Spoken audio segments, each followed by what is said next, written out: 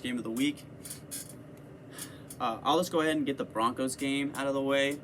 Broncos win 26-0 against the Jets. Jets are so bad. Starting to feel bad for Zach Wilson. There was a play yesterday where Zach Wilson was handing the ball off, and he almost got tackled before he even handed off the ball. Offensive line is so bad there. If you have a bad offensive line, your team's not going to be very good. They got a bad offensive line. Their defense isn't bad, but they just don't have enough. They lost a couple guys in preseason as well that they were excited about as far as the defensive side of thing goes. I don't put it entirely on Zach Wilson. I think he was the most overrated first-round quarterback this year. But it's the Jets. They're bad. They're really bad. And so we're just gonna not talk about that one much because the Broncos win that one 26-0. They move on to 3-0. But let's take that with a grain of salt. Like I said, it's week 3. Yes, they're 3-0. Yes, it's impressive that you're 3-0. But the Broncos have beat the Jags, the Giants, and the Jets. That's a combined 0-9. 0-9 is the competition that the Broncos have played to start the year. 0-9. I like the Broncos, though. I think sometimes when you get off to a hot start, it propels you, it rolls you into a good season. Like, I think maybe the Broncos could snag a playoff spot, maybe, realistically. But yeah, it's pretty, that'll get you a 3-0 start when you play the Jags, Giants, and the Jets. Thursday night, we had the Panthers go up against the Texans in a first division matchup for these two teams of the year. Davis Mills, rookie quarterback for the Houston Texans, 3rd round pick. He was their first pick this year. Like I said earlier, he got held down. I feel like they just wouldn't let him sling the football. He had one drive where he went like 7 for 8, 86 yards to the touchdown. And they marched right down before half and got a touchdown. Missed the extra point, but they got a touchdown. But other than that, they just didn't let him sling it around enough. I think he only had maybe just under 25 pass attempts, about 150 yards passing. Just didn't let him really get going. And the Panthers, unfortunately, in that one, to lose Christian McCaffrey in the first quarter. I was watching the game and I couldn't tell if Christian was trying to do one of those little hop steps, one of those little slowing down. No, not get going again.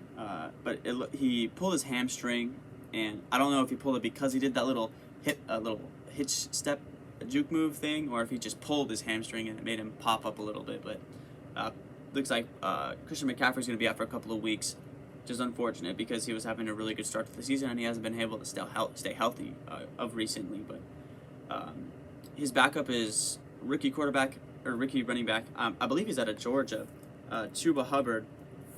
I liked him coming out of college. I thought this was a great pickup for the Panthers. If you want to talk about a guy that's going to be backing up a guy like Chuba Hubbard, or a guy that's going to back up a guy like Christian McCaffrey, Chuba Hubbard is definitely that guy. And he's not out of Georgia. He's out of, it looks like he's out of Oregon State. So I liked Chuba Hubbard coming out. I can't remember why I thought he was out of Georgia, but that's all right. So he's going to definitely get a whole lot of touches. I'm probably going to pick him up in fantasy football this week, especially if the Ravens are only going to give Tyson Williams the ball 5 times. That's not going to work in fantasy football, so I'm probably going to pick him up this week for sure.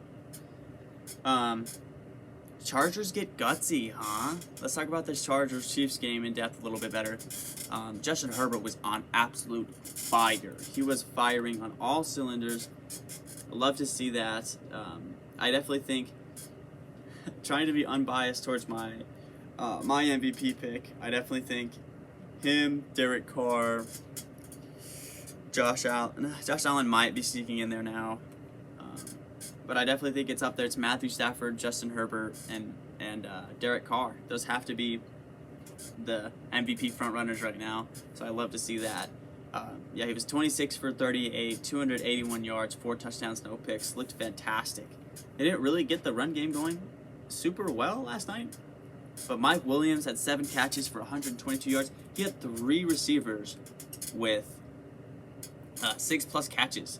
And he connected with 1, 2, 3, 4, 5, 6, 7 different receivers last night. So Justin Herbert spreading the wealth for sure.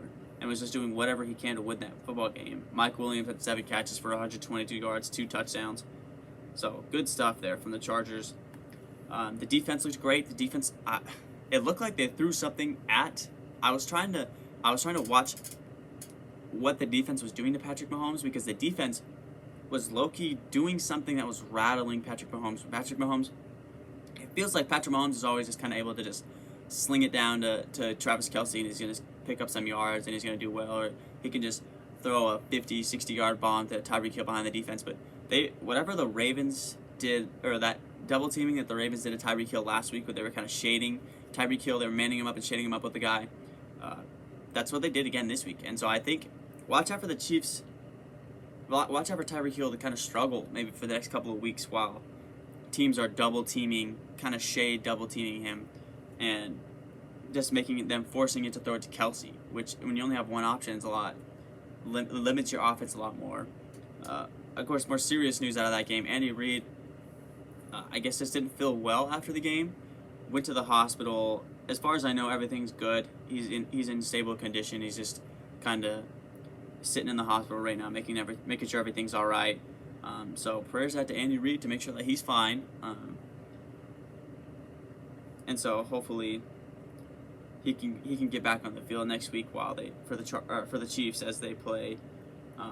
I believe the Eagles next week. Yeah, the Eagles. Next up, we had Arizona getting out of Florida after getting off to a kind of a slow start. The Jags returned a 109-yard field goal last night to tie the NFL record.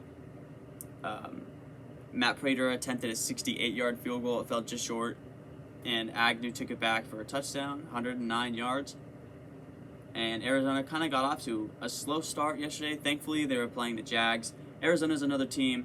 I think Arizona, they played the Jags this last week. And then, give me just a second to see who they played last week. Last week they played... give me just a second, looking for it. You'd think I'd have this stuff written down. I have a lot of it written down, but some of it I think about on the fly, and then I just have to go ahead and give it a quick Google search. Yeah, so next week, the Cardinals have the Rams, which is going to be a pretty good test.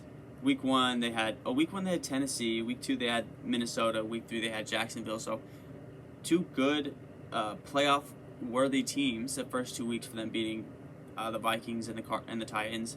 And they get an easy team versus the Jags. And then next week, they get a pretty big test, a late game. Maybe a game of the week there versus the Rams and the Cardinals for sure. So I'm excited to see where that kind of game kind of pulls out. So that'll be able to tell how much the truth Arizona is. If Arizona can keep it close with the Rams, if it's like a 24-27 kind of game, 28-31 kind of game, if Arizona can keep it close, I think that holds true to them. You know, like they're the truth probably. But if they get blown out, then maybe the Rams are leaps and bounds better than I thought they were. Browns' defense was just too much for the Bears yesterday. I thought Justin Fields was going to play a lot better than he did. A lot of people were saying, don't play Justin Fields, just don't play Justin Fields. I was one of the people saying, play Justin Fields. I was one of those people, I was like, why do you spend the draft capital on drafting a quarterback that high to just let him sit on the bench and not even play him? I never understood that. And I wouldn't say yesterday was a prime example of that, but I would say people are saying to not start him because of how bad their offensive line is. That was true. Myles Garrett, I think, had 4.5 sacks. Yeah. Justin Fields could not get anything going. I think he was 5 for 20, 86 yards passing. It was bad. It was rough. Rough night for Justin Fields. All the rookie quarterbacks really have just been off to a horrible start. Trevor Lawrence has thrown 6 picks in 3 weeks. Zach Wilson can't even score the football. Mac Jones, I guess, is probably off to the best start of the rookies, but that's only because he's got the best team. Mac Jones kind of fell into a Lamar Jackson situation where he got drafted to a good team that just needed kind of a quarterback rejuvenation. So I don't know if I would say Mac Jones is the best talent of the 4 taken in that first round, but he's definitely in the best situation, and that has a lot to do with it, is your situation. Bills looked like the team of old. The Bills looked like how they did last year, where they were just airing the football out, and Josh Allen was just slinging that thing, and they were just defense played well as well. Like that was the big thing last year too, is that the Bills' defense was great, and they had an amazing offense, and their defense was great, and so I think the defense really got going last night finally, and that's what really turned the tide in this one, was the fact that defense was able to, like, it wasn't the most potent offense obviously with the Washington football team, but they were the fact that they were able to hold them down and contain them really well. That to me is what I was looking for in the Bills. I was saying, okay, after those first 2 weeks, I was like, the Bills have not looked like the team that they were last year. You know, maybe Josh Allen took that really big leap, and then he's going to kind of fall back down to earth a little bit, but looked really good yesterday. Even as a salty Ravens fan from the divisional loss last year, I like to give every team their props. So the Bills looked really good. That's what I'm kind of hoping the Bills will look like for the remainder of the year. Titans win a close one in Indy, divisional matchup here for the AFC South. I had the Indianapolis Colts winning this division, but I just don't understand the Carson Wentz situation. All week long he was doubtful. Somehow he sprained both of his ankles last week, and it's every single week Carson Wentz has just been banged up. He's just been hurt, and it's just the buyout for this. They went ahead and traded for Carson Wentz. Sorry, I draw a blank there.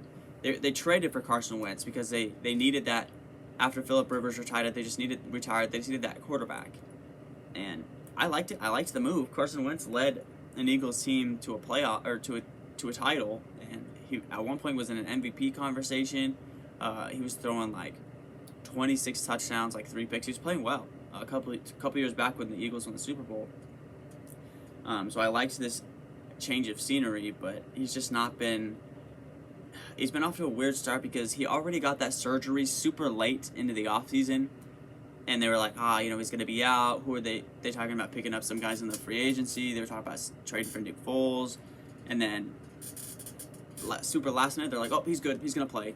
And then this week he's taking shots. He's taking hits. Week 2 he's taking hits. He's taking shots. Sprains both of his ankles. I don't know how you do that. I don't know how you sprain both your ankles. But Carson Wentz is pretty injury prone, pretty banged up. So I think the Colts might fall off and not be quite the team I thought they were going to be this year. I still think they're a great all-around team, but they're just in that situation where they just don't have a reliable quarterback. They just don't have a guy. That offense is good. Jonathan Taylor, Naheem Hines, Michael Pittman, Jack Doyle, Zach Pascal. It's a good team. They just don't have. It's hard when you don't have that guy to utilize all those weapons. And so the Titans were able to do what they do. They ran the football. Ryan Tannehill didn't. They get 3 touchdowns. He threw 3 touchdowns, which is pretty rare when Ryan Tannehill throws 3 touchdowns. So Titans get an impressive win there over Indianapolis, and maybe they're going to be the best team there in the AFC South. Saints continue their good starts. I did not think the Saints were going to have as good of a season to start the year so far as they have. They're off to a 23-13, or they won that one 23-13 last night over the Patriots, who are a playoff-worthy team. I believe the Patriots will be in that playoff conversation. So they were able to get after Mac Jones yesterday. Mac Jones threw 3 picks yesterday. He hadn't thrown any picks prior, but he threw 3 last night. I know they came right out of half, and Mac Jones hit Jonnu Smith over the middle. Just a freak play. He hit Jonnu Smith over the middle on just a little short drag. Very first play out of half. Very first play. Jonnu Smith kind of like awkwardly stretched out for it and then kind of tripped. And so he caught the ball and then kind of like threw it up in the air backwards right into Malcolm Jenkins' hands, the all-pro free safety. He just walked it right in for a touchdown. So that was kind of a interesting little sequence of events there that happened for the Saints. So they were able to get out of there with the win, 28-13 over the Patriots. One of the games I also didn't pay a whole lot of attention to was the Falcons versus the Giants. 2 pretty bad teams. I didn't really pay attention to that one too much. Final score in that one was 17-14.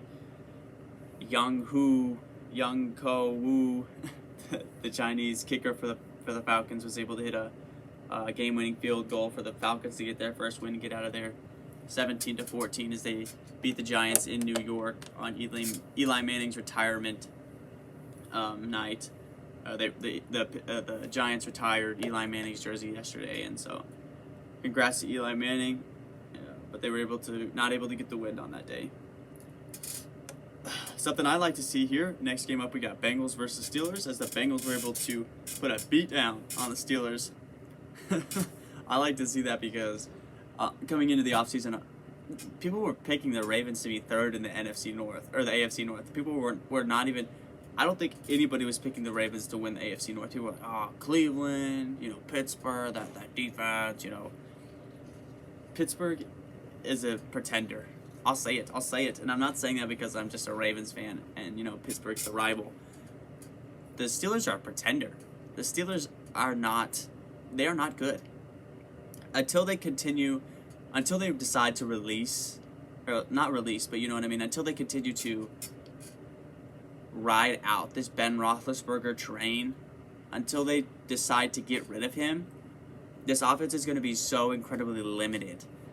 I like Big Ben, Hall of Famer, brought Steelers a whole lot of success, but they're kind of in that same situation that the Giants were in a couple years ago, where they have the Hall of Fame, quarterback. They don't want to let him go. They just keep him in, but they're losing. Same situation here. Big Ben, it's time for him to go. Keep him on the roster. Keep him for a couple million a year, backup quarterback to somebody. They need someone different taking snaps. So many weapons offensively for the Steelers. They've drafted everything around Big Ben. He has an abundance of weapons, okay? They have Eric Ebron at tight end, very talented tight end, very talented. Eric Ebron at tight end. Najee Harris is apparently the next Christian McCaffrey. He's 12 catches for 95 yards and 60 yards rushing or something yesterday. Apparently he's the next Christian McCaffrey, getting 30 touches a game. Deontay Johnson, Juju Smith-Schuster, Chase Claypool. They have all these weapons. I can't remember his first name, something Washington. So many weapons. If you want to talk about a team that hits on wide receivers, Baltimore can't even get one in the draft. And the Steelers have got 5 the last 3 years. The Steelers have so many weapons offensively. There's only so much that their defense can do when the offense isn't scoring. The Bengals were able to win 24-10 yesterday, and I don't know if anyone was able to catch the end of that game. But at the end of that game, for one, there was a play earlier in that game where Ben Roethlisberger steps up in the pocket, which he's not a nimble guy. He's almost 40 years old, and he's a bigger guy. A bigger guy's age worse than smaller guys do. You know what I mean? And so he steps up in the pocket. He's avoiding the rush. He tries to flip it down to Eric Ebron. And there's 3 Bengals. There's a Bengal to his left, a Bengal to his right, and a Bengal right in front of him. He could not have been more covered. And Ben Roethlisberger just threw it right to the Bengals linebacker. When you watch the back view, the perspective of Ben Roethlisberger, he steps up in that pocket and there's nothing there. If anything, he should just throw it into the ground, take it, take the punt. He just threw it right to the Bengals linebacker, and I was like, what? That's your quarterback. That's the quarterback that's leading this super talented offense, this good team. And they're being held down because of Ben Roethlisberger's, age. It's just catching up to him. So until the offense can get going, or until the Steelers can move on from Ben Roethlisberger, this team's going to continue to just have a really good defense and struggle offensively. There was even, at the end of the game, like I was saying, at the end of that game, they had 4th and 10 in the red zone. The game is basically over, but you still are playing for a shot. You score, get an onside kick, and score again. Never know what could happen. On 4th and 10 in the red zone, Ben Roethlisberger drops back. 4th and 10 in the red zone. I want you guys to know what I'm saying. 4th and 10 in the red zone. Ben Roethlisberger drops back, takes a 3-step drop, and swings it out to Najee Harris on a swing out. Najee Harris is still in the backfield, and he swings it out on 4th and 10 in the red zone. I don't know if he thought it was 1st and 10 or what, but I was watching the game, and he just checked it down on 4th and 10, and I was like, what? You're not even going to take a shot to the sticks? Like, at least throw it to the end zone. I mean, heck, if you're just going to check it down to make your completion percentage better, I mean, you might as well just throw it into the end zone. What's one incomplete pass going to do to your completion percentage? But Bengals were able to get the win there. They're tied for the Ravens for the best in the division there. Next up, we had the Raiders continue to test their luck in Vegas. The Raiders, I think it's fake, folks. I think it's fake. They scooted out of a win last week, or excuse me, 2 weeks ago in Baltimore. Baltimore had the game, let off the gas pedal, let them back into it. They're a dangerous team. You know, when I sit back and I'm looking at all the pieces they've got an amazing defense. They've got a really, really good defense over there. John Gruden's got that defense exactly where it needs to be. But I definitely think offensively they're limited, but it's just been inflated. Derek Carr is off to a good start. You know, sometimes this just happens. A couple of years ago, Ryan Fitzpatrick was the MVP frontrunner, and he had, was it Tampa Bay? He had Tampa Bay playing really well. So I think this is going to be one of those rare cases where a team starts 3-0 and doesn't make the playoffs. The Raiders aren't going to make the playoffs. They're not. The Chargers are just too good. They're not even going to make it out of the division. You know what I mean? The Chargers are too good. The Chiefs, they're going to get back on track. It's just tough in the AFC because they have to get past the Bills. They got to get past the Ravens. They got to get past the Browns. They got to get past the Chiefs. And they got to get past the Chargers. I mean, that's 5 teams that they've got to get past. I know there's 7 spots, but that's a whole lot of teams. And 2 of those teams are in your division. So it's just going to be tough, I think, for the Raiders for the remainder of their schedule to try to make a playoff run. But if you want to talk about exciting games, the Raiders are definitely the king of that. So they're coming up in the clutch for sure and continuing to win those games. And after watching Pittsburgh play this week, I don't think that win over the Steelers was impressive. Like I said, their offense is so bad that it just makes it hard for me to think that the Steelers are a good team. On to the late games. The Rams had the Bucks in SoFi Stadium. Electric atmosphere there. Hopefully one day I can get the opportunity to go watch a game at SoFi Stadium. The Rams just had that new stadium built. It is out of this world, billions of dollars, just next generation type stuff. It's an amazing stadium. If you haven't had a chance to look at that, give a quick search up of that SoFi Stadium. It's an incredible stadium. That Rams defense, like I was saying earlier, had Tom Brady in a box. They just never really got going offensively. They ran the ball kind of well, honestly, compared to what they had done the first 2 weeks, but the Rams defense was just a little bit too much for the Bucs last night. Vikings get the upset on the Seahawks. Early, right before that game time decision, Dalvin Cook doesn't play, and his backup, I'm drawing a blank on his backup's name, Madison, something like that, I think. He ran well. I mean, it was basically like they still had Dalvin Cook back there. Like I said, the Seahawks played back-to-back weeks. They played the Titans and the Vikings. Those teams are literally the 2 same exact teams. Top running backs in the league, with a quarterback that people don't think are legit, but they manage the game well. And they have pretty talented defenses. And so the Vikings will get that win 30-17 over the Seahawks, and the Seahawks fall to 1-2. And so that's a tough start for the Seahawks, but I'm going to get into that in just a second. And then last night on Sunday Night Football, Packers win in a nail-biter versus the 49ers.